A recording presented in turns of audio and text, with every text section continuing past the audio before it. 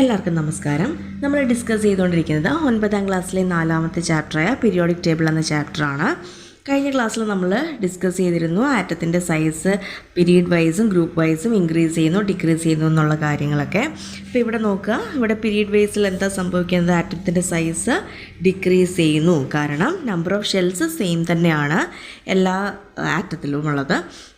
പക്ഷേ nuclear charge കൂടിക്കൂടി വരുന്നതിൻ്റെ ഫലമായിട്ട് ഔട്ടർ മോസ്റ്റ് ഷെല്ലിലുള്ള ഇലക്ട്രോൺസിൻ്റെയൊക്കെ പുറമെ ന്യൂക്ലിയർ ഫോഴ്സ് ഓഫ് അട്രാക്ഷൻ കൂടി വരും. അതിൻ്റെ ഫലമായിട്ട് ന്യൂക്ലിയർ സൈസ് കുറഞ്ഞു വരും നമ്മൾ പഠിച്ചു. അതുപോലെ തന്നെ നമ്മൾ ഗ്രൂപ്പുകൾ ചെക്ക് ചെയ്ത് കഴിഞ്ഞാൽ മുകളിൽ നിന്ന് താഴേക്ക് വരുംതോറും ആറ്റത്തിൻ്റെ സൈസ് ഇൻക്രീസ് ചെയ്ത് വരുന്നതായിട്ട് നമ്മൾ കാണുന്നുണ്ട്. കാരണം അവിടെ ഷെല്ലുകളുടെ എണ്ണം കൂടിക്കൂടി വരുന്നു. തൽഫലമായിട്ട് ഔട്ടർമോസ്റ്റ് ഷെല്ലിലുള്ള ഇലക്ട്രോണുകളുടെ മുകളിൽ ചെലുത്തുന്ന ന്യൂക്ലിയർ ഫോഴ്സ് ഓഫ് അട്രാക്ഷൻ കുറഞ്ഞു വരികയും ഔട്ടർമോസ്റ്റ് ഷെല്ലിലുള്ള ഇലക്ട്രോണുകൾക്ക് ഫ്രീ ആകാനുള്ള സാധ്യത ടെംപ്റ്റേഷൻ വളരെ കൂടുതലായിരിക്കും. കെമിക്കൽ ബോണ്ടിങ്ങിലൊക്കെ ഏർപ്പെടുന്ന സമയത്ത് ഔട്ടർമോസ്റ്റ് ഷെല്ലിലുള്ള ഒരു ഇലക്ട്രോണൊക്കെ ആണെങ്കിൽ അത് മറ്റ് ആറ്റങ്ങൾക്ക് വിട്ടുകൊടുക്കുകയാണ് ചെയ്യാറ്. അപ്പോൾ മുകളിൽ നിന്ന് താഴേക്ക് വരുംതോറും ഗ്രൂപ്പ് വൈസ് നോക്കിക്കഴിഞ്ഞാൽ ആറ്റത്തിൻ്റെ സൈസ് ഇൻക്രീസ് ചെയ്യുന്നതായിട്ട് നമുക്ക് കാണാം. ഇത്രയും കാര്യങ്ങൾ മനസ്സിലാക്കി കഴിഞ്ഞിട്ടുണ്ട് എങ്കിൽ നമുക്ക് പുതിയ ടോപ്പിക്കിലേക്ക് പോകാം. Ionisation energy. നമ്മൾ കെമിക്കൽ ബോണ്ടിങ് എന്ന ചാപ്റ്റർ തൊട്ടേ ഡിസ്കസ് ചെയ്ത് വരുന്നതാണ് സോഡിയം ക്ലോറൈഡിൻ്റെ ഫോർമേഷൻ. ഓക്കെ, സോഡിയം ക്ലോറൈഡിൽ സോഡിയത്തിൻ്റെ ഔട്ടർമോസ്റ്റ് ഷെല്ലിൽ ഒരു ഇലക്ട്രോണാണുള്ളത്. സോഡിയത്തിന് ആ ഒരു ഇലക്ട്രോണിനെ വിട്ടുകൊടുത്ത് അതിൻ്റെ ഒക്ടറ്റ് കംപ്ലീറ്റ് ചെയ്യാനുള്ള പ്രവണതയാണ് സോഡിയം കാണിക്കുന്നത്. ക്ലോറിൻ്റെ ഔട്ടർമോസ്റ്റ് ഷെല്ലിലാണെങ്കിൽ 7 ഇലക്ട്രോണുകളാണുള്ളത്. അതുകൊണ്ട് തന്നെ ഒരു ഇലക്ട്രോണിനെ കൂടെ കിട്ടിയാൽ സ്വീകരിച്ചുകൊണ്ട് അത് അതിൻ്റെ ഒക്ടറ്റ് കംപ്ലീറ്റ് ചെയ്യാനായിട്ട് ശ്രമിക്കുന്നു. അങ്ങനെ കൊടുക്കൽ വാങ്ങലുകളുടെ ഫലമായിട്ട്, ഇലക്ട്രോൺ ട്രാൻസ്ഫറിൻ്റെ ഫലമായിട്ട്, അല്ലെങ്കിൽ അവിടെ അയണിക് ബോണ്ടിങ്ങിൻ്റെ ഫലമായിട്ട് സോഡിയം ക്ലോറൈഡ് ഫോം ചെയ്യുന്നു എന്ന് നമുക്ക് പറയാം. അങ്ങനെയാണെങ്കിൽ ഇവയിൽ ഇലക്ട്രോൺ നഷ്ടപ്പെടുന്ന ആറ്റം ഏതാണ്? സോഡിയമാണ്. ഇലക്ട്രോൺ സ്വീകരിക്കുന്ന ആറ്റം ഏതാണ്? ക്ലോറിൻ ആറ്റമാണ്. ഇപ്രകാരം ഇലക്ട്രോൺ കൈമാറ്റം നടക്കുമ്പോൾ ആറ്റങ്ങൾ ചാർജ് ഉള്ളതായി തീരുന്നു. ചാർജുള്ള ആറ്റങ്ങളെ അയോണുകൾ അഥവാ അയോൺസ് എന്നാണ് വിളിക്കുന്നത്. ഇവിടെ സോഡിയം അയോൺ എഴുതുന്നത് എങ്ങനെയാണ്? Na++ ചാർജാണ് സോഡിയത്തിന് കിട്ടുന്നത്, കാരണം ഇലക്ട്രോണിനെ നഷ്ടപ്പെട്ടതുകൊണ്ട്. ക്ലോറൈഡ് അയോണും അതായത് Cl- ഇലക്ട്രോണിനെ സ്വീകരിച്ചത് കൊണ്ടാണ് മൈനസ് ചാർജ് വന്നത്. ഇവ രണ്ടുമാണ് അവിടെ ഉണ്ടാകുന്നത്. ലോഹങ്ങൾ ഇത്തരം പ്രവർത്തനങ്ങളിൽ ഇലക്ട്രോൺ നഷ്ടപ്പെട്ട് പോസിറ്റീവ് അയോണുകളാകുന്നു. ഓർക്കുക, ലോഹങ്ങളാണ്. മെറ്റൽസിന് എന്താണ് സംഭവിക്കുന്നത്? ഇങ്ങനെയുള്ള രാസപ്രവർത്തനത്തിൽ ഏർപ്പെടുമ്പോൾ ഇലക്ട്രോൺ നഷ്ടപ്പെട്ട് പോസിറ്റീവ് അയോണുകളായിട്ടാണ് മെറ്റൽസ് മാറുക. ആറ്റത്തിൽ നിന്ന് ഇലക്ട്രോണുകളെ സ്വതന്ത്രമാക്കാൻ ആവശ്യമായ ഊർജ്ജമാണ് അയോണീകരണ ഊർജ്ജം. അപ്പോൾ എന്താണ് അയണൈസേഷൻ എനർജി എന്ന് പറഞ്ഞാൽ? ആറ്റത്തിൽ നിന്ന് ഇലക്ട്രോണുകളെ സ്വതന്ത്രമാക്കാൻ ആവശ്യമായ എനർജിയാണ് നമ്മൾ അയണൈസേഷൻ എനർജി അഥവാ അയോണീകരണ ഊർജ്ജം എന്ന് പറയുന്നത്. വാതകാവസ്ഥയിലുള്ള ഒറ്റപ്പെട്ട ഒരാറ്റത്തിൻ്റെ ബാഹ്യതമ ഷെല്ലിലെ ഏറ്റവും ദുർബലമായി ബന്ധിച്ചിരിക്കുന്ന ഇലക്ട്രോണിനെ സ്വതന്ത്രമാക്കാൻ ആവശ്യമായ ഊർജമാണ് ആ മൂലകത്തിൻ്റെ അയോണീകരണ ഊർജം. എന്താ പറഞ്ഞിരിക്കുന്നത്? വാതകാവസ്ഥയിലുള്ള ഒറ്റപ്പെട്ട ഒരാറ്റത്തിൻ്റെ ബാഹ്യതമ ഷെല്ലിലെ ഏറ്റവും ദുർബലമായി ബന്ധിച്ചിരിക്കുന്ന ഇലക്ട്രോണിനെ സ്വതന്ത്രമാക്കാൻ ആവശ്യമായ ഊർജമാണ് ആ മൂലകത്തിൻ്റെ അയോണീകരണ ഊർജം. ആറ്റോമിക ആരം അഥവാ ആറ്റോമിക് റേഡിയസ്.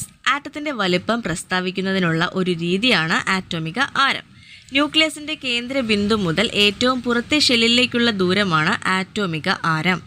ആറ്റത്തിൽ ഷെല്ലുകളുടെ എണ്ണം വർദ്ധിക്കുമ്പോൾ ആറ്റോമിക ആരം കൂടുന്നു. അയോണീകരണ ഊർജം ആശ്രയിച്ചിരിക്കുന്ന 2 പ്രധാന ഘടകങ്ങൾ ഏതൊക്കെയാണെന്നറിയുമോ? ഒന്ന് ന്യൂക്ലിയർ ചാർജ്, മറ്റൊന്ന് ആറ്റത്തിൻ്റെ വലിപ്പം. അയോണീകരണ ഊർജം ആശ്രയിച്ചിരിക്കുന്ന 2 പ്രധാന ഘടകങ്ങളാണ് ന്യൂക്ലിയർ ചാർജും ആറ്റത്തിൻ്റെ വലിപ്പവും. ആറ്റത്തിൻ്റെ വലിപ്പം കൂടുമ്പോൾ ന്യൂക്ലിയസിന് ബാഹ്യതമ ഇലക്ട്രോണുകളുടെ മേലുള്ള ആകർഷണ ബലം കൂടുകയാണോ കുറയുകയാണോ ചെയ്യുന്നത്? നമ്മൾ പറഞ്ഞല്ലേ, ആറ്റത്തിൻ്റെ വലിപ്പം കൂടുന്തോറും ഔട്ടർമോസ്റ്റ് ഷെല്ലും അതിലുള്ള ഇലക്ട്രോണുകളുമൊക്കെ ന്യൂക്ലിയസിൽ നിന്ന് അകന്നകന്ന് പോവുകയാണ്. അപ്പോൾ ന്യൂക്ലിയസിൻ്റെ കൺട്രോളിന് പുറത്തേക്കാണ് അവ പോയിക്കൊണ്ടിരിക്കുന്നത്. ഫ്രീ ആകാനുള്ള ടെംപ്റ്റേഷനാണ് അവ കാണിക്കുന്നത്. ഓക്കെ, അപ്പോൾ ആകർഷണ ബലം കുറഞ്ഞു വരികയാണ് ചെയ്യുന്നത്. ഒരു ഇലക്ട്രോണിനെ ഫ്രീ ആക്കാനായിട്ട് ആറ്റത്തിന് വേണ്ടുന്ന എനർജിയാണല്ലോ അയണൈസേഷൻ എനർജി എന്ന് പറയുന്നത്. അങ്ങനെയാണെങ്കിൽ ആറ്റത്തിൻ്റെ സൈസ് കൂടി വരുമ്പോൾ അയോണീകരണ ഊർജത്തിന് എന്ത് മാറ്റമുണ്ടാകുന്നു? സൈസ് കൂടി വരുമ്പോൾ nuclear force of attraction outermost ഷെല്ലിലെ ഇലക്ട്രോണിൻ്റെ മേലുള്ളത് കുറഞ്ഞു വരുന്നു എന്ന് നമ്മൾ പറഞ്ഞു. അപ്പോൾ ഇലക്ട്രോൺ പെട്ടെന്ന് ഫ്രീ ആകുന്നു. അപ്പോൾ അയണൈസേഷൻ എനർജി അവിടെ കുറവ് മതി അല്ലേ, കുറച്ച് എനർജി ഉപയോഗിച്ചാൽ മതിയാവും ആ ആറ്റത്തിന് ആ ഇലക്ട്രോണിനെ ഫ്രീ ആക്കാൻ. ഒരു ഗ്രൂപ്പിൽ മുകളിൽ നിന്ന് താഴേക്ക് വരുംതോറും അയോണീകരണ ഊർജം കുറഞ്ഞു വരുന്നു. ആറ്റത്തിൻ്റെ വലിപ്പം കൂടുമ്പോൾ അയോണീകരണ ഊർജം കുറയുന്നു. ഇനി നമുക്ക് പീരീഡിലേക്ക് പോകുമ്പോൾ എന്ത് സംഭവിക്കുന്നു നോക്കാം. അയണൈസേഷൻ എനർജിക്ക് ഒരു പീരീഡിൽ ഇടത്തു നിന്ന് വലത്തേക്ക് നീങ്ങുമ്പോൾ അയോണീകരണ ഊർജ്ജത്തിന് പൊതുവെ എന്ത് മാറ്റമായിരിക്കും ഉണ്ടായിരിക്കുക? ഒന്ന് ചിന്തിച്ചേ. എടുത്തടുത്ത് ഇവിടെ ഒരു എക്സാമ്പിൾ കൊടുത്തിരിക്കുന്നത് നോക്കുക. ലിഥിയം തൊട്ട് ഫ്ലൂറിൻ വരെയുള്ള എലമെൻറ്റുകൾ എടുത്ത് നോക്കുക. ലിഥിയത്തിന് കമ്പാരിറ്റീവ്ലി സൈസ് കുറച്ച് കൂടുതലാണ്. ഫ്ലൂറിലേക്ക് വരുംതോറും എലമെൻറ്റുകളുടെയൊക്കെ സൈസ് കുറഞ്ഞു വരുന്നതായിട്ട് കാണാം. പക്ഷേ എല്ലാത്തിലും ഈ 2 ഷെല്ലുകൾ വീതമേ ഉള്ളൂ. പക്ഷേ ന്യൂക്ലിയർ ചാർജ് കൂടി വരുന്നതിൻ്റെ ഫലമായിട്ട് പുറമേ ഉള്ള ഷെല്ലിലേക്കുള്ള ന്യൂക്ലിയർ ഫോഴ്സ് ഓഫ് അട്രാക്ഷൻ കൂടി വരുന്നു. ന്യൂക്ലിയസിലേക്ക് ഷെല്ലുകളെ ചേർത്ത് നിർത്തുന്നതിൻ്റെ ഫലമായിട്ട് ന്യൂക്ലിയർ സൈസ് അവിടെ കുറഞ്ഞു വരികയാണ് ചെയ്യുന്നത്. ചില അധ്യാപകരെ ക്ലാസ്സിലൊക്കെ കുട്ടികളെ സ്ട്രിക്റ്റ് ആയിട്ട് പിടിച്ചിരുത്തുന്നത് പോലെ ഒരു ബെഞ്ചിൽ അങ്ങോട്ടും ഇങ്ങോട്ടും എഴുന്നേറ്റ് മാറാനോ തിരിയാനോ മറിയാനോ ഒന്നും സമ്മതിക്കില്ല എന്ന് പറയുന്നത് പോലെ ഭയങ്കര സ്ട്രോങ് ആയിട്ട് സ്ട്രിക്റ്റ് കൺട്രോളിലായിരിക്കും. അതുപോലെ തന്നെ ഈ ന്യൂക്ലിയസ് ആ ഇലക്ട്രോണുകളൊക്കെ അതിൻ്റെ വരുതിയിൽ നിർത്തിയിരിക്കുകയാണ് അല്ലേ. ഒരു സ്ട്രോങ് ന്യൂക്ലിയർ ഫോഴ്സ് ഓഫ് അട്രാക്ഷൻ്റെ ഉള്ളിലാണ് ഇലക്ട്രോണുകളൊക്കെ. അതുകൊണ്ട് തന്നെ അതിൽ നിന്ന് ഒരു ഇലക്ട്രോണിനെ റിലീസ് ചെയ്യണം എന്നുണ്ടെങ്കിൽ, ഫ്രീ ആക്കണം എന്നുണ്ടെങ്കിൽ ഒരുപാട് എനർജി വേണ്ടി വരും. അപ്പോൾ അവിടെ അയണൈസേഷൻ എനർജി കൂടി വരികയാണ് ചെയ്യുന്നത്. അപ്പോൾ ഓരോ പീരീഡിലും നമ്മൾ പരിശോധിച്ച് കഴിഞ്ഞാൽ നമുക്ക് കാണാം ന്യൂക്ലിയർ ചാർജ് കൂടി വരുംതോറും ആറ്റത്തിൻ്റെ വലിപ്പം കുറഞ്ഞു വരും, അയണൈസേഷൻ എനർജിയും കൂടി വരും. ഇനി ലോഹ സ്വഭാവവും ആറ്റത്തിൻ്റെ വലിപ്പവും തമ്മിലുള്ള ബന്ധം എന്താണെന്ന് നോക്കാം. ലോഹങ്ങളുടെ സ്വഭാവം എന്താണെന്ന് വെച്ചാൽ അവ ഇലക്ട്രോണുകളെ വിട്ടുകൊടുത്ത് അയോണുകളായിട്ട് മാറുകയാണ്, പോസിറ്റീവ് ചാർജുള്ള അയോണുകളായിട്ട് മാറുകയാണ് ചെയ്യുന്നത് ലോഹങ്ങൾ. അപ്പം നമ്മൾ ഗ്രൂപ്പുകളിൽ നോക്കിക്കഴിഞ്ഞാൽ മുകളിൽ നിന്ന് താഴേക്ക് വരുംതോറും സൈസ് കൂടി വരികയാണ് ചെയ്യുന്നത് അല്ലേ. ആറ്റത്തിൻ്റെ സൈസ് കൂടി വരുന്നു. ഔട്ടർമോസ്റ്റ് ഷെല്ലിലുള്ള ഇലക്ട്രോണുകളെ വിട്ടുകൊടുക്കാനുള്ള പ്രവണത അവ കാണിക്കുന്നുണ്ട്. അപ്പോൾ ആ പീരിയോഡിക് ടേബിളിൻ്റെ ഇടത് ഭാഗത്ത് വരുന്നവയെല്ലാം തന്നെ എന്തായിട്ട് വരും? ലോഹങ്ങളായിട്ട് വരും. നമ്മൾ വലത്തോട്ട് പീരീഡിൽ നമ്മൾ വലത്തോട്ട് പോകുന്തോറും നമ്മൾ കണ്ടായിരുന്നു ആറ്റത്തിൻ്റെ സൈസ് കുറഞ്ഞു വരുന്നു, ന്യൂക്ലിയർ ഫോഴ്സ് കൂടി വരികയാണ്. അവിടെ ഇലക്ട്രോണിനെ വിട്ടുകൊടുക്കാനുള്ള പ്രവണതയല്ല കാണിക്കുന്നത്, സ്വീകരിക്കാനായിട്ട് ന്യൂക്ലിയസിനോട് ചേർത്ത് നിർത്താനുള്ള പ്രവണതയാണ് കാണിക്കുന്നത് അല്ലേ. സൈസ് കുറഞ്ഞു വരികയാണ്. അപ്പോൾ പീരിയോഡിക് ടേബിളിൻ്റെ വലത്തോട്ട് പോകുന്തോറും അലോഹ സ്വഭാവമാണ് മുന്നിട്ട് വരുന്നത്. സ്വാഭാവികമായിട്ടും ലോഹ സ്വഭാവം കൂടി വരുമ്പോൾ അലോഹ സ്വഭാവം കുറഞ്ഞു വരും അല്ലേ. ഒന്നാം ഗ്രൂപ്പിലെ മൂലകങ്ങളുടെ ലോഹ സ്വഭാവം ഗ്രൂപ്പിൽ മുകളിൽ നിന്ന് താഴേക്ക് വരുംതോറും കൂടി വരുന്നതായിട്ട് നമുക്ക് കാണാം. അതുപോലെ ഒരു പീരീഡിൽ ഇടത്തു നിന്ന് വലത്തോട്ട് പോകുമ്പോൾ ലോഹ സ്വഭാവം കുറഞ്ഞു വരികയും അലോഹ സ്വഭാവം കൂടി വരുന്നതായിട്ട് നമുക്ക് കാണാൻ പറ്റും. അപ്പോൾ പീരിയോഡിക് ടേബിളിൻ്റെ ഇടത് ഭാഗത്തായിട്ടാണ് ലോഹങ്ങളെ നമുക്ക് കാണാൻ കഴിയുക. ലോഹങ്ങളെ ക്രമീകരിച്ചിരിക്കുന്നത് ഇടത് ഭാഗത്തായിട്ടാണ്. ഇടത്തു നിന്ന് വലത്തേക്ക് പോകുന്തോറും ലോഹ സ്വഭാവം കുറഞ്ഞ് അലോഹ സ്വഭാവം കൂടി വരുന്നതായിട്ട് നമുക്ക് കാണാം. വലത് ഭാഗത്താണ് അലോഹങ്ങൾ, നോബിൾ ഗ്യാസസും ഹാലോജൻസും എല്ലാം വരുന്നത് വലത്തെ അറ്റത്തല്ലേ. അപ്പോൾ അവിടെയാണ് നോൺ മെറ്റൽസുകളെ അറേഞ്ച് ചെയ്തിരിക്കുന്നത്. ഇനി അയണൈസേഷൻ എനർജി മെറ്റൽസിലും നോൺ മെറ്റൽസിലും എങ്ങനെയാണ് വ്യത്യാസപ്പെട്ടിരിക്കുന്നത് നോക്കാം. അയണൈസേഷൻ എനർജി എന്താണെന്ന് പറഞ്ഞത് ഓർക്കുന്നുണ്ടോ? ഒരു ആറ്റത്തിൽ നിന്ന് ഇലക്ട്രോണിനെ സ്വതന്ത്രമാക്കാൻ വേണ്ട എനർജിയാണ് അയണൈസേഷൻ എനർജി നമ്മൾ പറഞ്ഞായിരുന്നു അല്ലേ. അപ്പോൾ അത് മെറ്റൽസിൻ്റെ കേസിൽ വരുമ്പോൾ നമുക്കറിയാം ഇലക്ട്രോൺസിനെ വിട്ടുകൊടുക്കാനുള്ള പ്രവണതയാണ് കാണിക്കുന്നത്. ഔട്ടർമോസ്റ്റ് ഷെല്ലിൽ ഒരു ഇലക്ട്രോണൊക്കെ ആയിരിക്കും ഉള്ളത്, അതിനെ വിട്ടുകൊടുക്കാനുള്ള പ്രവണതയായിരിക്കും ലോഹങ്ങൾ കാണിക്കുക. അപ്പോൾ അവിടെ അയണൈസേഷൻ എനർജി കുറവ് മതിയാവും. പക്ഷേ നോൺ മെറ്റൽസിലേക്ക് പോകുമ്പോഴോ ന്യൂക്ലിയറിൻ്റെ ഫോഴ്സ് ഓഫ് അട്രാക്ഷൻ വളരെ കൂടുതലായത് കാരണം ഇലക്ട്രോൺസിനെ വിട്ടുകൊടുക്കാനുള്ള പ്രവണത അവിടെ കാണിക്കുന്നില്ല. അപ്പോൾ അതുകൊണ്ട് അവിടെ അയണൈസേഷൻ എനർജി നോൺ മെറ്റൽസിൻ്റെ കേസിൽ കൂടുതലായിരിക്കും. അടുത്ത ടോപ്പിക്ക് നോക്കുക, ഇലക്ട്രോനെഗറ്റിവിറ്റിയാണ്. ഇലക്ട്രോനെഗറ്റിവിറ്റിയെക്കുറിച്ച് നമ്മൾ കോവാലന്റ് ബോണ്ടിങ് ഒക്കെ പറഞ്ഞ സമയത്ത് നമ്മൾ ഡിസ്കസ് ചെയ്തായിരുന്നു. ഹൈഡ്രജൻ ക്ലോറിൻ്റെ ഫോർമേഷനിൽ നമ്മൾ എന്താണ് പറഞ്ഞത്? ക്ലോറിന് ഇലക്ട്രോനെഗറ്റിവിറ്റി കൂടിയ ഒരു എലമെൻ്റ് ആയത് കാരണം ഷെയർ ചെയ്യുന്ന ഇലക്ട്രോണിനെ ക്ലോറിനേക്ക് ചേർത്ത് പിടിക്കുമെന്ന് നമ്മൾ പറഞ്ഞു അല്ലേ. പോളിംഗ് സ്കെയിലിനെ കുറിച്ചുമൊക്കെ നമ്മൾ കെമിക്കൽ ബോണ്ടിങ് എന്ന് പറയുന്ന ചാപ്റ്ററിൽ നമ്മൾ ഡിസ്കസ് ചെയ്തിട്ടുള്ളതാണ്.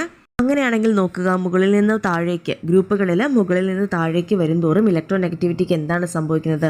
കുറഞ്ഞു വരികയാണ് ചെയ്യുന്നത്. കാരണം ഇലക്ട്രോണിനെ വിട്ടുകൊടുക്കാനായിട്ടുള്ള പ്രവണത, ഇലക്ട്രോണിനെ ഫ്രീ ആക്കാനുള്ള പ്രവണതയല്ലേ കാണിക്കുക. ഇലക്ട്രോനെഗറ്റിവിറ്റി കൂടിയ എലമെൻറ്റുകളുടെ കേസിൽ ഇലക്ട്രോണിനെ ചേർത്ത് പിടിക്കാനായിട്ടുള്ള ശ്രമമാണ് നടക്കുക. പക്ഷേ ഇലക്ട്രോനെഗറ്റിവിറ്റി കുറവാണെന്നുണ്ടെങ്കിലോ ഇലക്ട്രോണിനെ വിട്ടുകൊടുക്കാനുള്ള പ്രവണതയായിരിക്കും കാണിക്കുന്നത്. അപ്പോൾ ഗ്രൂപ്പിൽ മുകളിൽ നിന്ന് താഴേക്ക് വരുമ്പോഴാണ് ഇലക്ട്രോണുകൾ ഫ്രീ ആകാനുള്ള സാധ്യത കൂടുതലല്ലേ. അപ്പോൾ അവിടെ ഇലക്ട്രോനെഗറ്റിവിറ്റി കുറവായിരിക്കും. പീരീഡ്സിൽ നോക്കിക്കേ, ഇടതു നിന്ന് വലത്തേക്ക് പോകുന്തോറും ഇലക്ട്രോണിനെ ചേർത്ത് നിർത്താനുള്ള പ്രവണതയാണ് ന്യൂക്ലിയസ് കാണിക്കുന്നത്, ഓരോ ആറ്റവും കാണിക്കുന്നത്. അപ്പോൾ അവിടെ ഇലക്ട്രോനെഗറ്റിവിറ്റി കൂടുതലായിരിക്കും. അപ്പോൾ ഇടത്തു നിന്ന് വലത്തേക്ക് പോകുമ്പോൾ അലോഹ സ്വഭാവമാണ് കൂടി വരുന്നത് അല്ലേ. ഇപ്പം നോൺ മെറ്റാലിക് നേച്ചറാണ് പീരിയോഡിക് ടേബിളിൽ ഇടത്തു നിന്ന് വലത്തേക്ക് പോകുന്തോറും കൂടി വരുന്നത്. അപ്പോൾ നോൺ മെറ്റൽസിൻ്റെ കേസിൽ ഇലക്ട്രോനെഗറ്റിവിറ്റി കൂടി നിൽക്കും, മെറ്റൽസിൻ്റെ കേസിലോ ഇലക്ട്രോനെഗറ്റിവിറ്റി കുറവായിരിക്കും. അപ്പോൾ ഇലക്ട്രോനെഗറ്റിവിറ്റി കൂടിയ മൂലകങ്ങൾ നോൺ മെറ്റലുകളായിരിക്കും, അലോഹങ്ങളായിരിക്കും. ഇലക്ട്രോനെഗറ്റിവിറ്റി കുറവുള്ള എലമെൻസുകളൊക്കെ മെറ്റലുകളായിരിക്കും. ഇലക്ട്രോണുകൾ വിട്ടുകൊടുത്ത് പോസിറ്റീവ് അയോണുകളായി മാറുന്നതിനാൽ ലോഹങ്ങളെ ഇലക്ട്രോ പോസിറ്റീവ് മൂലകങ്ങൾ എന്ന് വിളിക്കുന്നു. ഇലക്ട്രോണുകൾ വിട്ടുകൊടുത്ത് പോസിറ്റീവ് അയോണുകളായി മാറുന്നതിനാൽ ലോഹങ്ങളെ ഇലക്ട്രോ പോസിറ്റീവ് മൂലകങ്ങൾ എന്ന് വിളിക്കുന്നു. രാസപ്രവർത്തനങ്ങളിൽ ഇലക്ട്രോണുകൾ സ്വീകരിച്ച് നെഗറ്റീവ് അയോണുകളായി മാറുന്നതിനാൽ അലോഹങ്ങളെ ഇലക്ട്രോ നെഗറ്റീവ് മൂലകങ്ങൾ എന്നാണ് പറയുന്നത്. രാസപ്രവർത്തനങ്ങളിൽ ഇലക്ട്രോണുകൾ സ്വീകരിച്ച് നെഗറ്റീവ് അയോണുകളായി മാറുന്നതിനാൽ അലോഹങ്ങളെ ഇലക്ട്രോ നെഗറ്റീവ് മൂലകങ്ങൾ എന്നാണ് പറയുന്നത്. അടുത്ത ടോപ്പിക്കാണ് ഉപലോഹങ്ങൾ അഥവാ മെറ്റലോയിഡ്സ്. ലോഹങ്ങളുടെയും അലോഹങ്ങളുടെയും സ്വഭാവങ്ങൾ പ്രദർശിപ്പിക്കുന്ന മൂലകങ്ങളാണ് ഉപലോഹങ്ങൾ. ഇവയ്ക്ക് ഉദാഹരണങ്ങൾ ഏതൊക്കെയാണ്? Silicon, germanium, arsenic, antimony, tellurium. Silicon, germanium, arsenic, antimony, tellurium എന്നിവയാണ് ഉപലോഹങ്ങൾ അഥവാ മെറ്റലോയിഡ്സിന് ഉദാഹരണങ്ങൾ. അടുത്ത ഈ ടേബിളിൽ കൊടുത്തിരിക്കുന്നത് നോക്കുക. ആറ്റത്തിൻ്റെ വലിപ്പം. ഗ്രൂപ്പിൽ മുകളിൽ നിന്നും താഴേക്ക് വരുമ്പോൾ ആറ്റത്തിൻ്റെ വലിപ്പത്തിന് എന്ത് സംഭവിക്കുന്നു? ആറ്റത്തിൻ്റെ വലിപ്പം കൂടുന്നു. പീരീഡിലോ? പീരീഡിൽ ഇടത്തു നിന്ന് വലത്തോട്ട് പോകുന്തോറും ആറ്റത്തിൻ്റെ വലിപ്പം കുറഞ്ഞു വരുന്നതായിട്ട് നമുക്ക് കാണാം. അതുപോലെ ലോഹ സ്വഭാവം ഗ്രൂപ്പിലോ? മുകളിൽ നിന്ന് താഴേക്ക് വരുമ്പോൾ കൂടി വരുന്നു. പീരീഡിൽ ഇടത്തു നിന്ന് വലത്തേക്ക് പോകുന്തോറും കുറഞ്ഞു വരുന്നു. അലോഹ സ്വഭാവം ഗ്രൂപ്പിൽ മുകളിൽ നിന്ന് താഴേക്ക് വരുമ്പോഴത്തേക്ക് കുറഞ്ഞു വരുന്നു. പീരീഡിൽ ഇടത്തു നിന്ന് വലത്തേക്ക് പോകുന്തോറും കൂടി വരുന്നു. അയോണീകരണ ഊർജ്ജം ഗ്രൂപ്പിൽ മുകളിൽ നിന്ന് താഴേക്ക് വരുമ്പോൾ കുറഞ്ഞു വരുന്നു. പീരീഡിൽ ഇടത്തു നിന്ന് വലത്തേക്ക് പോകുന്തോറും കൂടി വരുന്നു. ഇലക്ട്രോനെഗറ്റിവിറ്റിയോ? അത് ഗ്രൂപ്പിൽ മുകളിൽ നിന്ന് താഴേക്ക് വരുന്തോറും കുറഞ്ഞു വരുന്നു. പീരീഡിൽ ഇടത്തു നിന്ന് വലത്തേക്ക് പോകുന്തോറും കൂടി വരുന്നു. ഇത്രയും കാര്യങ്ങളാണ് നമ്മൾ ഈ ക്ലാസ്സിൽ ഉൾപ്പെടുത്തിയത്. അടുത്തത് നമുക്ക് ഡിസ്കസ് ചെയ്യേണ്ടത് വിലയിരുത്തം എന്ന സെക്ഷനാണ്. ഇവിടെ ടേബിളിലായിട്ട് സംഭാവനകൾ അല്ലെങ്കിൽ കണ്ടെത്തലുകൾ എന്ന് പറഞ്ഞിട്ടൊരു കോളം കൊടുത്തിട്ടുണ്ട്. അതുപോലെ തന്നെ ശാസ്ത്രജ്ഞന്മാരുടെ പേരും. ത്രികങ്ങൾ കണ്ടുപിടിച്ചാരാണ്? ഡോബ്രൈനർ ആണ്. Law of octaves, Newlands. ലോഹങ്ങൾ അലോഹങ്ങൾ എന്ന രീതിയിൽ മൂലവർഗീകരണം നടത്തിയത് ലാവോസിയർ ആണ്. ആധുനിക പീരിയോഡിക് നിയമം കൊണ്ടുവന്നത് ഹെൻറി മോസ്ലി. അടുത്ത ടേബിൾ നോക്കുക. കുറേ മൂലകങ്ങൾ തന്നിട്ടുണ്ട്. അവയുടെ ആറ്റോമിക് നമ്പർ, ഇലക്ട്രോൺ വിന്യാസം, ഗ്രൂപ്പ് നമ്പർ, പീരിയോഡിക് നമ്പർ എന്നിവ എഴുതാനാണ് ചോദിച്ചിരിക്കുന്നത്. ലിഥിയത്തിൻ്റെ ആറ്റോമിക് നമ്പർ 3 ആണ്. ഇലക്ട്രോൺ വിന്യാസം 2, 1. Group number 1, period number 2. Outermost ഷെല്ലിലെ ഇലക്ട്രോണുകളുടെ എണ്ണമാണ് ഗ്രൂപ്പ് നമ്പർ എന്ന് പറയുന്നത്. പീരിയഡ് നമ്പർ എന്ന് പറയുമ്പോൾ നമ്പർ ഓഫ് ഷെൽസിൻ്റെ എണ്ണവും. ഫസ്റ്റ് ഗ്രൂപ്പ് എലമെൻറ്റുകളാണെങ്കിൽ അവയുടെ ഔട്ടർമോസ്റ്റ് ഷെല്ലിൽ 1 ഇലക്ട്രോണും, സെക്കൻഡ് ഗ്രൂപ്പ് എലമെൻ്റ് ആണെങ്കിൽ അവയുടെ ഔട്ടർമോസ്റ്റ് ഷെല്ലിൽ 2 ഇലക്ട്രോണുകളും ആയിരിക്കും ഉണ്ടാവുക. പിന്നെ ഈ 3 മുതൽ 8 വരെയാണ് ഔട്ടർമോസ്റ്റ് ഷെല്ലിലെ ഇലക്ട്രോണുകളുടെ എണ്ണം എന്നുണ്ടെങ്കിൽ നമ്മൾ അതിൻ്റെ കൂടെ 10 കൂടെ കൂട്ടിയിട്ട് എഴുതി കഴിഞ്ഞാൽ അത് ഗ്രൂപ്പ് നമ്പറായിട്ട് നമുക്ക് കിട്ടും. ഇനി ഓക്സിജൻ ആറ്റോമിക് നമ്പർ 8 ആണ്. ഇലക്ട്രോൺ വിന്യാസം 2, 6. Group number 16. ഔട്ടർ മോസ്റ്റ് ഷെല്ലിൽ 6 ഇലക്ട്രോണുകളാണുള്ളത്. +10 ചെയ്യുക, അപ്പോൾ 16 കിട്ടും ഗ്രൂപ്പ് നമ്പർ. 2 ഷെല്ലുകളാണുള്ളത്, അതുകൊണ്ട് പീരീഡ് 2 കിട്ടും. അടുത്തത് ആർഗൺ ആണ്. അറ്റോമിക് നമ്പർ 18 ആണ്. ഇലക്ട്രോൺ വിന്യാസം 2, 8, 8. ഇവിടെയും ഔട്ടർ മോസ്റ്റ് ഷെല്ലിൽ 8 ഇലക്ട്രോണുകളാണുള്ളത്. ഗ്രൂപ്പ് നമ്പർ കിട്ടണമെങ്കിൽ +10 ചെയ്യുക, 18 കിട്ടും. പീരീഡ് നമ്പർ 3 ഷെല്ലുകളാണുള്ളത്, അതുകൊണ്ട് 3ാമത്തെ പീരീഡിലുള്ളതാണ്. കാൽഷ്യം ആറ്റോമിക് നമ്പർ 20 ആണ്. ഇലക്ട്രോൺ വിന്യാസം 2, 8, 8, 2. ഔട്ടർ മോസ്റ്റ് ഷെല്ലിൽ 2 ഇലക്ട്രോണുകളാണുള്ളത്, അതുകൊണ്ട് ഗ്രൂപ്പ് നമ്പർ 2 വരും. പീരീഡ് നമ്പർ 4 ഷെല്ലുകളുണ്ട്, അപ്പോൾ പീരീഡ് നമ്പർ 4 എന്ന് കിട്ടും. അടുത്തത് തേർഡ് ക്വസ്റ്റ്യൻ നോക്കുക. ചില മൂലകങ്ങളുടെ പ്രതീകം നൽകിയിരിക്കുന്നു. ഇവയുടെ ഇലക്ട്രോൺ വിന്യാസം എഴുതി അവ ഉൾപ്പെടുന്ന പീരീഡും ഗ്രൂപ്പും എന്നിവ കണ്ടെത്താനാണ് പറഞ്ഞിരിക്കുന്നത്. ഫസ്റ്റ് എലമെൻറ്റ് കൊടുത്തിരിക്കുന്നത് കാർബൺ ആണ്. Atomic number 6. Electronic configuration 2, 4. Outermost ഷെല്ലിൽ 4 ഇലക്ട്രോണുകൾ വരുന്നതുകൊണ്ട് നമ്മൾ +10 ചെയ്യണം. അപ്പോൾ 14ാമത്തെ ഗ്രൂപ്പിലാണ് കാർബൺ ഉൾപ്പെടുന്നത്. ഇത്ര ഷെല്ലുകളുണ്ട്, അതിന് 2 ഷെല്ലുകളാണുള്ളത്. അതിൻ്റെ പീരീഡ് 2 ആണ്. രണ്ടാമത്തെ എലമെൻറ്റ് നോക്കുക, മെഗ്നീഷ്യമാണ് തന്നിരിക്കുന്നത്. അറ്റോമിക് നമ്പർ 12 ആണ്. Electronic configuration 2, 8, 2. ഔട്ടർമോസ്റ്റ് ഷെല്ലിൽ 2 ഇലക്ട്രോണുകൾ ഉള്ളതുകൊണ്ട് രണ്ടാമത്തെ ഗ്രൂപ്പിലാണ് ഉൾപ്പെടുന്നത്. 3 ഷെല്ലുകൾ ഉള്ളതുകൊണ്ട് മൂന്നാമത്തെ പീരീഡിൽ ഉൾപ്പെടുന്ന എലമെൻറ്റാണ് മെഗ്നീഷ്യം. അടുത്തത് ക്ലോറിൻ ആണ്. Atomic number 17, electronic configuration 2, 8, 7. Outermost ഷെല്ലിൽ 7 ഇലക്ട്രോൺ ആണുള്ളത്. +10 ചെയ്യുക. അപ്പോൾ 17ാമത്തെ ഗ്രൂപ്പിലാണ് ക്ലോറിൻ ഉൾപ്പെടുന്നതെന്ന് കിട്ടും. 3 ഷെല്ലുകൾ ഉള്ളതുകൊണ്ട് ക്ലോറിൻ മൂന്നാമത്തെ പീരീഡിൽ ഉൾപ്പെടുന്ന എലമെൻറ്റാണ്. അടുത്തത് അലൂമിനിയമാണ്. Atomic number 13, electronic configuration 2, 8, 3. Outermost ഷെല്ലിൽ 3 ഇലക്ട്രോണുകളാണുള്ളത്. +10 ചെയ്യുമ്പോൾ 13 കിട്ടും. 13ാമത്തെ ഗ്രൂപ്പിൽ ഉൾപ്പെടുന്നതാണ് അലൂമിനിയം. 3 ഷെല്ലുകൾ ഉള്ളതുകൊണ്ട് പീരീഡ് മൂന്നാമത്തതാണ്. അടുത്ത എലമെൻറ്റാണ് നിയോൺ. അറ്റോമിക് നമ്പർ 10 ആണ്. Electronic configuration 2, 8. ഔട്ടർമോസ്റ്റ് ഷെല്ലിൽ 8 ഇലക്ട്രോണുകളാണുള്ളത്. അതുകൊണ്ട് +10 ചെയ്യുമ്പോൾ 8 + 10 18 എന്ന് കിട്ടും. 18ാമത്തെ ഗ്രൂപ്പിലാണ് നിയോൺ കിട്ടുന്നത് നമുക്ക്. 2 ഷെല്ലുകൾ ഉള്ളതുകൊണ്ട് പീരീഡ് 2 ആണ്. 4th ക്വസ്റ്റ്യൻ നോക്കുക. എക്സ് എന്ന മൂലകത്തിൻ്റെ ആറ്റത്തിൽ 3 ഷെല്ലുകളുണ്ട്. ബാഹ്യതമ ഷെല്ലിൽ 6 ഇലക്ട്രോണുകൾ അടങ്ങിയിരിക്കുന്നു എങ്കിൽ മൂലകത്തിൻ്റെ ഇലക്ട്രോൺ വിന്യാസം എങ്ങനെ എഴുതാം? 2, 8, 6. അറ്റോമിക് നമ്പരോ 3 കൂടെ കൂട്ടണമല്ലേ. 2 + 8 + 6 16 എന്ന് കിട്ടും. ഈ മൂലകം ഏത് പീരീഡിൽ ഉൾപ്പെടുന്നു? 3 ഷെല്ലുകൾ ഉള്ളതുകൊണ്ട് മൂന്നാമത്തെ പീരീഡിൽ. എത്രാമത്തെ ഗ്രൂപ്പിലാണ് ഉൾപ്പെടുന്നത്? ഔട്ടർമോസ്റ്റ് ഷെല്ലിൽ 6 ഇലക്ട്രോണുകളാണുള്ളത്. അപ്പോൾ 3 മുതൽ 8 വരെയാണ് ഔട്ടർമോസ്റ്റ് ഷെല്ലിലെ ഇലക്ട്രോണുകളുടെ എണ്ണം വരുന്നതെങ്കിൽ അതിൻ്റെ കൂടെ 10 കൂട്ടിക്കഴിഞ്ഞാൽ നമുക്ക് ഗ്രൂപ്പ് നമ്പർ കിട്ടും എന്നുള്ളത് പറഞ്ഞു. അപ്പോൾ 6 + 10 16ാമത്തെ ഗ്രൂപ്പിലാണ് എക്സ് എന്ന് പറയുന്ന മൂലകം ഉൾപ്പെടുന്നത്. ഈ മൂലകത്തിൻ്റെ പേരും പ്രതീകവും എഴുതാൻ പറഞ്ഞിട്ടുണ്ട്. അത് സൾഫറാണ് 16ാമത്തെ മൂലകം. അതിൻ്റെ സിമ്പൽ S ആണ്. ഈ മൂലകം ഏത് മൂലക കുടുംബത്തിൽ ഉൾപ്പെടുന്നു? ഓക്സിജൻ ഫാമിലിയിൽ വരുന്നൊരു മെമ്പറാണ് സൾഫർ. ഈ മൂലകത്തിൻ്റെ ബോർ ആറ്റം മാതൃക ചിത്രീകരിക്കാൻ പറഞ്ഞിട്ടുണ്ട്. നമുക്കൊന്ന് വരച്ച് നോക്കാം. ഇതാണ് സൾഫറിൻ്റെ ബോർ ആറ്റം മോഡൽ. 2, 8, 6 എന്ന ഓർഡറിലാണ് ഇലക്ട്രോൺസിനെ 3 ഷെല്ലുകളിലായിട്ട് ഫില്ല് ചെയ്തിരിക്കുന്നത്. 5th ക്വസ്റ്റ്യൻ നോക്കുക. PQ, RS എന്നീ മൂലകങ്ങളുടെ ഇലക്ട്രോൺ വിന്യാസം താഴെ കൊടുത്തിട്ടുണ്ട്.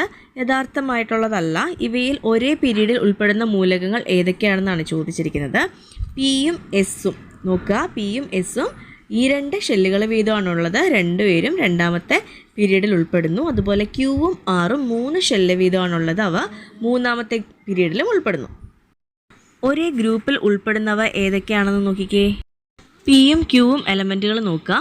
രണ്ടിൻ്റെയും ഔട്ടർമോസ്റ്റ് ഷെല്ലിൽ 2 ഇലക്ട്രോണുകൾ വീതമാണുള്ളത്. അവ രണ്ടും സെക്കൻഡ് ഗ്രൂപ്പ് എലമെൻറ്റുകളാണ്. ഇവയിൽ ഉത്കൃഷ്ട മൂലകം ഏതാണ്? S ആണ് ഉത്കൃഷ്ട മൂലകം. ഔട്ടർമോസ്റ്റ് ഷെല്ലിൽ 8 ഇലക്ട്രോണുകളാണുള്ളത് അല്ലേ. R എന്ന മൂലകം ഏത് ഗ്രൂപ്പിലും പീരീഡിലുമാണ് ഉൾപ്പെടുന്നത്?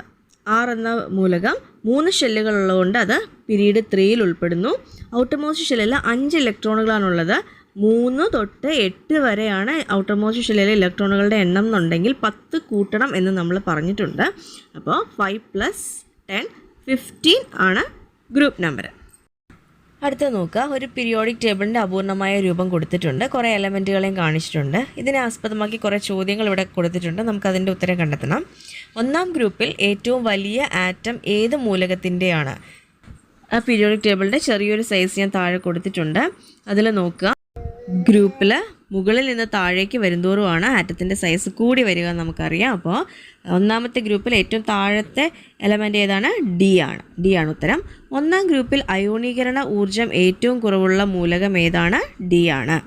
ഔട്ടർമോസ്റ്റ് ഷെല്ലിലെ ഇലക്ട്രോണിനെ പെട്ടെന്ന് ഫ്രീ ആക്കും. 2ാം പീരീഡിൽ ഏറ്റവും ചെറിയ ആറ്റം ഏത് മൂലകത്തിൻ്റേതാണ്? 2ാമത്തെ പീരീഡ് നോക്കുക. ഇടത് നിന്ന് വലത്തേക്ക് പോകും തോറും ആറ്റത്തിൻ്റെ സൈസ് കുറഞ്ഞു വരും. അപ്പോൾ M ആണ് അവിടെ ഏറ്റവും ചെറിയ മൂലകമായിട്ട് വരുന്നത്. ഇവയിൽ സംക്രമണ മൂലകങ്ങൾ ഏതൊക്കെയാണ്? ട്രാൻസിഷൻ എലമെൻറ്റ്സ് ഏതൊക്കെയാണ്? Gയും Hഉം. അടുത്ത ചോദ്യം. L, M എന്നീ മൂലകങ്ങളിൽ ഇലക്ട്രോനെഗറ്റിവിറ്റി കുറഞ്ഞത് ഏതിനാണ്? പീരീഡിൽ ഇടത് നിന്ന് വലത്തേക്ക് പോകുന്തോറും ഇലക്ട്രോനെഗറ്റിവിറ്റി കൂടി വരുന്നതായിട്ടാണ് നമുക്ക് കാണാൻ സാധിക്കുന്നത്.